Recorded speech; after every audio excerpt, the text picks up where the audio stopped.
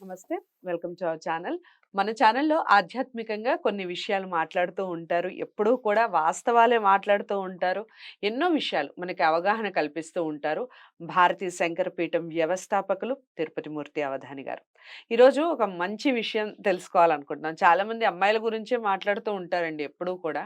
కానీ అబ్బాయిలకు కూడా సమస్యలు ఉంటాయి. అబ్బాయిలు కూడా పెళ్ళిళ్ళు కాని వాళ్ళుంటారు. కారణాలేంటి అసలు? ఏ నక్షత్రంలో పుట్టిన వాళ్ళకి ఎక్కువగా పెళ్ళిళ్ళు కాకుండా ఉండటం, లేట్ మ్యారేజెస్ అవ్వటం జరుగుతుంది. కారణాలు వివిధ కారణాలు ఏమిటి? ఈ విషయాల గురించి ఈరోజు గురువుగారు ఏం మాట్లాడతారో గురువుగారి మాటల్లో విందాం. నమస్కారం గురుగారు. ఓం శ్రీ మహాగణాధిపతయే నమః. ఏమిటి గురువుగారు పెళ్లి కాని ప్రసాదాల సంగతి? అంటే చాలామంది కొంచెం లేట్ ఇప్పుడు మ్యారేజ్ మీరు ఒక మాట కాగానే అన్నారు గదండీ! ఆ! అబ్బాయిలకు కూడా ఇబ్బందులున్నాయని. హ్మ్. అబ్బాయిలకే ఇబ్బందులు. అయ్యో! అలా ఏం లేదండి. లేదండి. అబ్బాయిలకు కూడా ఇబ్బందులుంటాయి. అబ్బాయిలకే ఇబ్బందులు. ఒక అమ్మాయి ఇక్కడ కూర్చొని అసలు ఆ మాట చెప్పకూడదు. నేను ఒప్పుకోను. అబ్బాయిలకే ఇబ్బందులు పాపం. ఎందువల్లనంటే, నా జీవితం ఇలా ఉంది. నేను కష్టపడుతున్నా, సంపాదిస్తున్నాను. ఒక రూపాయి వెనకేసుకుంటున్నాను. నాకొచ్చే అమ్మాయి ఇలా ఉంటుంది. పోనీ తీసేద్దాం. వాడొక అమ్మాయిని ఇష్టపడతాడు. హ్మ్. ఆ అమ్మాయి కోసం గంటలు వెయిట్ చేస్తుంటాడు. వస్తుందో రాదో అని భయం. హ్మ్. ఈ టెన్షన్స్ ఆ అమ్మాయి టయానికి రాకపోయినా వీడే సారీ చెప్పాలి. హ్మ్. ఏ విషయమైనా వీడు సారీ చెప్పి తల వంచి బట్టతలొచ్చేస్తుంది. ఆ అమ్మాయి కోసం వెయిట్ చేసి పొట్టొచ్చేస్తుంది. ఇక ఆ తర్వాత వాడికి పెళ్ళిళ్ళు కావాలి ఎక్కడవుతాయండి? ఓకే. పాపం అమ్మాయిలకి ఉండేటువంటి సమస్య ఇంతేనండి. హ్మ్. అబ్బాయిలకి ఇంతుంటుందండి. అంటే చాలా చెప్తాను. వివాహాలు ఎందుకు కావట్లేదంటానికి కూడా చెప్తానమ్మా. చెప్పండి. వివాహం కాకపోవడానికి నక్షత్రాలకి సంబంధాలు లేవు. హ్మ్. ఆ లగ్నాన్ని అనుసరించి నడుస్తూ ఉంటుంది. ఓకే. పితృదోషము, కుజదోషము, కాలసర్ప దోషాలు, సర్పదోషాలు లాంటివి ఉంటే హ్మ్. ఆటోమేటిక్‌గా వివాహం అనేటువంటిది 35, 36 సంవత్సరాలు హ్మ్. అవుతుంది. అదే కుజదోషం ఉంటే ఒక్కొక్కసారి 18, 17 ఏళ్ళకి కూడా అయిపోతుంది. ఈ 2 విధానాలు కుజదోషంలో ఒకటి అంతర్గతం, అత్యాంతర్గతం 2 రకాలుంటాయి. దాన్ని అనుసరించి ఒక్కోసారి 18 ఏళ్ళకే వివాహం అయిపోతుంది. 22 లోపు వివాహం అయిపోతుంది. ఒక్కోసారి 32, 33, 34 వచ్చినా వివాహం కాదు. హ్మ్. ఒకవేళ గనక ఏదైనా 29, 30లో వివాహం అయితే 3 సంవత్సరాల వరకు సంతానం కలగదు. హ్మ్. ఇట్లా లెక్కలుంటాయి దానికి. హ్మ్. అది నడుస్తూ ఉంటుంది. ఇక్కడ వివాహం కాకపోతే ఒక బాధ. వివాహం అయితే ఒక బాధ. ఆడవాళ్ళతోటేనండి. మీరు నన్ను ఎదురు కూర్చోబెట్టుకొని ఆడవాళ్ళ ద్వారానే మీరేమన్నారు? ఉన్నది ప్రాబ్లమ్సా? వాస్తవం మాట్లాడతారనగా మీరంది. అవును. అందుకనే మాట్లాడుతున్నా. ఎందుకనంటే హ్మ్. నేను ఇవాల్టి రోజుల విషయాల గురించి మాట్లాడుతున్నా. హ్మ్. ఒకప్పుడు విషయాలు మాట్లాడట్లా. ఓకే. ఒకప్పుడు తను 10,000 సంపాదించినా, 5,000 సంపాదించినా, ఎంత సంపాదించినా కుటుంబంలో జాగ్రత్తగా హ్మ్. పొందిగ్గా నడిపించుకుంటూ వచ్చేవారు. ఇవాళ వాడికో 40,000 జీతం వస్తుంది. వివాహం చేసుకున్నాడు. ఆ అమ్మాయికి ఇంకా ఉద్యోగం లేదు. ఆ 40,000 రూపాయల్లో 10,000 రూపాయలో, 15,000 రూపాయలు ఇంటి రెంట్ పోతే మిగిలినటువంటి డబ్బుల్లో ఇంటిని ఎలా మనం మేనేజ్ సరిదిద్దుకోవాలి చేసుకోవాలి. అనేటువంటి విషయం అవగాహన ఉండుండాలి. హ్మ్. అవగాహన లేకపోవడం వల్ల ఏమవుతుందో వచ్చిన డబ్బు వచ్చినట్టుగానే హ్మ్. ఖర్చయిపోతూ ఉంటుంది. ఇద్దరికీ అవగాహన లేదక్కడ. హ్మ్. అంటే మనం పెద్దల్ని తెచ్చుకోవట్లేదు. పెద్దల మాట మనం వినట్లేదు. అంటే హ్మ్. ఇక్కడ తప్పు విషయాలు చెప్తున్నానమ్మా. హ్మ్. పెద్దల దగ్గర మనం ఏ విషయాలు తెలుసుకోవట్ల. ఆ అమ్మాయికే అమ్మాయి తల్లిదండ్రులు ఇలా ఉండమని చెప్పి చెప్పకపోవచ్చు. ఈ హ్మ్. పిల్లవాడికి కూడా ఇలా సరిదిద్దుకోవాలని చెప్పకపోవచ్చు. ఆ హ్మ్. అమ్మాయి ఇన్ని రకాల ఆశలు పెట్టుకొనొస్తుంది. హ్మ్. ఇన్ని రకాల ఆశలు పెట్టుకొని వస్తుంది. హ్మ్. నాకు అర్థం కాని విషయం ఏంటంటే ఎంతోమంది పెళ్ళిళ్ళు చేసుకుంటున్నారు. ఎంతోమంది ఇబ్బందులు పడుతున్నారు. ఆశ పెట్టుకొని రావాల్సిన అవసరం ఏముంది?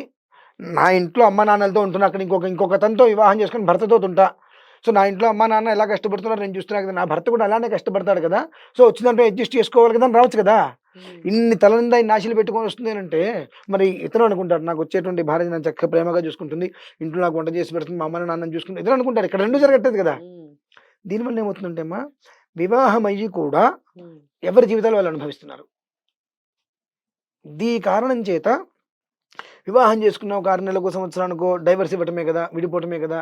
అటువంటప్పుడు వివాహం చేసుకుంటే ఎంత, చేసుకోకపోతే ఎంత అనేటువంటి స్థితికి మగవాళ్ళొచ్చేస్తున్నారా? వచ్చేస్తున్నారమ్మా. ఇద్దరు ఆడవాళ్ళు హ్మ్. వస్తున్నారు, మగవాళ్ళు వస్తున్నారు. హ్మ్. ఇప్పుడు మీరు ఆడవాళ్ళ వల్లనే సమస్యలన్నారు కాబట్టి నేను 2 మగవాళ్ళొస్తున్నారా రకాలుగా అని అడిగాను. చెప్పానమ్మా. అటు చెప్పాలి, ఇటు చెప్పాలి. హ్మ్. 2 అక్కడ ఉండాలి. 2 హ్మ్. వచ్చేటప్పటికి స్త్రీ ఇప్పుడు ఉద్యోగం చేసుకొని, సంపాదించుకొని నిలబడాలని ఉండొచ్చు. తప్పులేదు. హ్మ్. ఎంత ఉద్యోగం చేసినప్పటికీ కూడా ఇద్దరు ఇంటికొచ్చినప్పుడు మాత్రం ఆ ఒక్క సాంసారిక ధర్మం ఒకటుంటుంది. హ్మ్. ఒకళ్ళు రాత్రి, ఒకళ్ళు ఉదయం ఉద్యోగాలు చేసుకుంటున్నారు. హ్మ్. ఈ ఉద్యోగాలు ఒకళ్ళు రాత్రి, ఒకళ్ళు ఉదయం చేసుకోవడం వల్ల ఏమవుతుందమ్మా? ఒకళ్ళు రాత్రి పూట ఉంటారు, ఒకళ్ళు ఉదయం పూట ఉంటారు. హ్మ్. ఇక వాళ్ళిద్దరి మధ్యన సఖ్యత అనేటువంటిది ఎక్కడుంటుంది? వివాహం చేసుకున్నారు పేరుకి. కానీ హ్మ్. తెల్లారి లేస్తే ఈ పిల్లవాడు 10 మందితో ఉంటాడు. ఉమ్, తెల్లవారులేస్తే ఈ అమ్మాయి 10 మందితో ఉంటుంది ఉమ్, ఉద్యోగంలో. ఉమ్, వాళ్ళిద్దరూ కలిసి మాట్లాడుకొని సినిమాకి వెళ్ళి షికారుకి వెళ్ళే సఖ్యత ఎక్కడుందమ్మా? లేకపోవడం వల్ల ఏమవుతుంది, ఆటోమేటిక్‌గా ఎలా అయితే పెళ్లి చేసుకున్నారో అలానే మనస్పర్ధలొస్తున్నాయి. కనీసం 2, 3 నెలలైనా దగ్గరుండి ఒకళ్ళకొకళ్ళు అర్థం ఉమ్, చేసుకునే విధానం లేదు. ఈ కారణం చేత ముందు పెళ్లి అంటే చాలామంది ఆడవాళ్ళు కావచ్చు, మగవాళ్ళు కావచ్చు విముఖత చూపిస్తున్నారండి.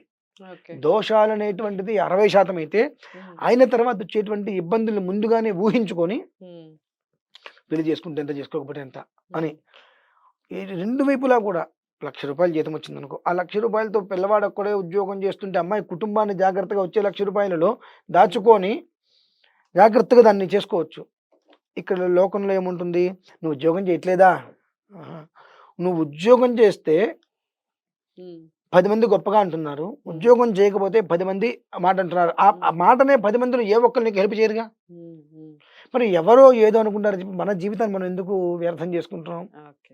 ఇక ఎలాగో పెళ్ళిళ్ళ గురించి ఇంతగా మాట్లాడాం కాబట్టి, ఎలాంటి నియమాలు కానివ్వండి, పూజలు కానివ్వండి, ఇలాంటివి చేయటం వలన మ్యారేజెస్ అవుతాయంటారు లేదండి. మరి? ఏది పడితే అది చేయటం ఉపయోగం లేదు. వివాహం కావట్లేదు అంటే ఎందుకు కావట్లేదు అనేటువంటి దాని మీద మనం చూడాలి. ఓకే. వయస్సు ఎంతొచ్చింది? ఏ దోషం ఎక్కువగా ఆపాదించింది? హ్మ్. ఈ దోషం ఒక్కటే ఉన్నదా? హ్మ్. లేదా మొన్న పాపం ఒకళ్ళు అడిగారు. హ్మ్. ఆ అబ్బాయి ఒక అమ్మాయిని ఇష్టపడ్డాడు. హ్మ్. ఆ అమ్మాయి మరి కాదు అందో, అవును అందో మనకు తెలీదు. హ్మ్. ఆ అమ్మాయిని తప్ప వేరే అమ్మాయిని చేసుకోవడానికి ఇతనికి ఇష్టం లేదు. హ్మ్. ఇంట్లోనేమో పెళ్లి సంబంధాలు చూస్తున్నారు. జాతకం ఇచ్చారు. నేను చూశాను. నాకు ఎటు అర్థం కాని పరిస్థితి అయిపోయింది. నేను పిల్లవాడితో మాట్లాడుతాను. "ఏమయ్య ఏంటి పరిస్థితి? అమ్మాయి పేరేంటయ్యా?" అన్నా. హ్మ్. హ్మ్. చెప్పాడు. "మరి మీ ఇంట్లో చెప్పొచ్చు కదండీ" అంటే, "మా క్యాస్ట్ వాళ్ళ క్యాస్ట్ వేరండి. ఇంట్లో ఒప్పుకోరండి" అన్న. హ్మ్. అతనేమనుకుంటున్నాడు, ఆ అమ్మాయినిచ్చి పెళ్లి చేయరు కాబట్టి నేను ఇక జీవితంలో పెళ్లి చేసుకోవద్దు. హ్మ్. అట్లు చేసుకోవద్దు అని స్థిరంగా నువ్వు నిర్ణయం తీసుకున్నప్పుడు, నేను ఒక పూజ పునస్కారం చేసి నీకు పెళ్లి చేయకూడదు. హ్మ్. ఎందువలన? ఇంకొక అమ్మాయి జీవితం నాశనం అవుతుంది. ఎందువల్లంటే, ఆ అమ్మాయితో ఇతను సఖ్యంగా ఉండలేడు. చేసుకోవద్దని డిసైడ్ అయ్యాక ఇంకేం సఖ్యత ఉంటుంది? ఆ!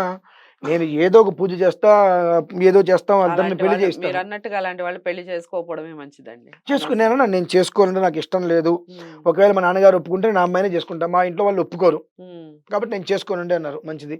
వాళ్ళ నాన్నగారు ఫోను చేసి, దీనికి ఈ దోషాలు, దానికి ప్రాయశ్చిత్తాలు చేయండి. ఏంటి ఉపయోగం? హుహు. ఈ ప్రాయశ్చిత్తాలు చేస్తే, హ్మ్. ఆ కుటుంబం ఇలా ఉన్నా, ఇంకొక అమ్మాయి జీవితాన్ని నేను నాశనం చేసిన పాపం కూడా నాకు ఆపాదిస్తుంది. రైట్. కాబట్టి వద్దులెండి, జపాలు తపాలు దీనికి ఉపయోగం అవసరం లేదండి. హ్మ్. మీ అబ్బాయికి లోపల చేసుకోవద్దు అనేటువంటిది ఈ మాట నేను చెప్పకూడదు కదా! హ్మ్. చేసుకోవద్దు. చాలామంది జీవితాలను చూసి వివాహం చేసుకున్న తర్వాత కూడా సుఖంగా ఉన్నది ఎవరు? ఎవరి దాకానికి మీ దంపతులున్నారు తెల్లవారొస్తే కొట్టుకు చావడమే కదండీ! అంటే అవునండి అన్నాడు. అది చూసి రేపొద్దున నేను కూడా పెళ్లి చేసుకుంటే ఇలా కొట్టుకోవడమే తప్ప సుఖం లేదనే ఉద్దేశంతో పెళ్లి చేసుకోవద్దు అని నిర్ణయం తీసుకున్నాడండి. కాబట్టి హ్మ్. ఏ పూజలు పురస్కారాలు దీనికి పనికిరావు అని చెప్పాడు. రైట్. నేనంటే పెళ్లి చేసుకోవద్దు అని అతను ఫిక్స్ అయిన తర్వాత మనం ఏ పూజలు చేయకూడదండి. హ్మ్. హ్మ్. చేసుకోవాలి అని ఉండి, వివాహం కావట్లేదు, సంబంధాలొచ్చి పోతున్నాయంటే, అప్పుడు దానికి మూలం ఏమిటి అనేటువంటి విషయం మీద మనం రీసెర్చ్ చేసి, బాబు ఇది చేసుకో నాన్న, దీనివల్ల ఇదవుతుంది.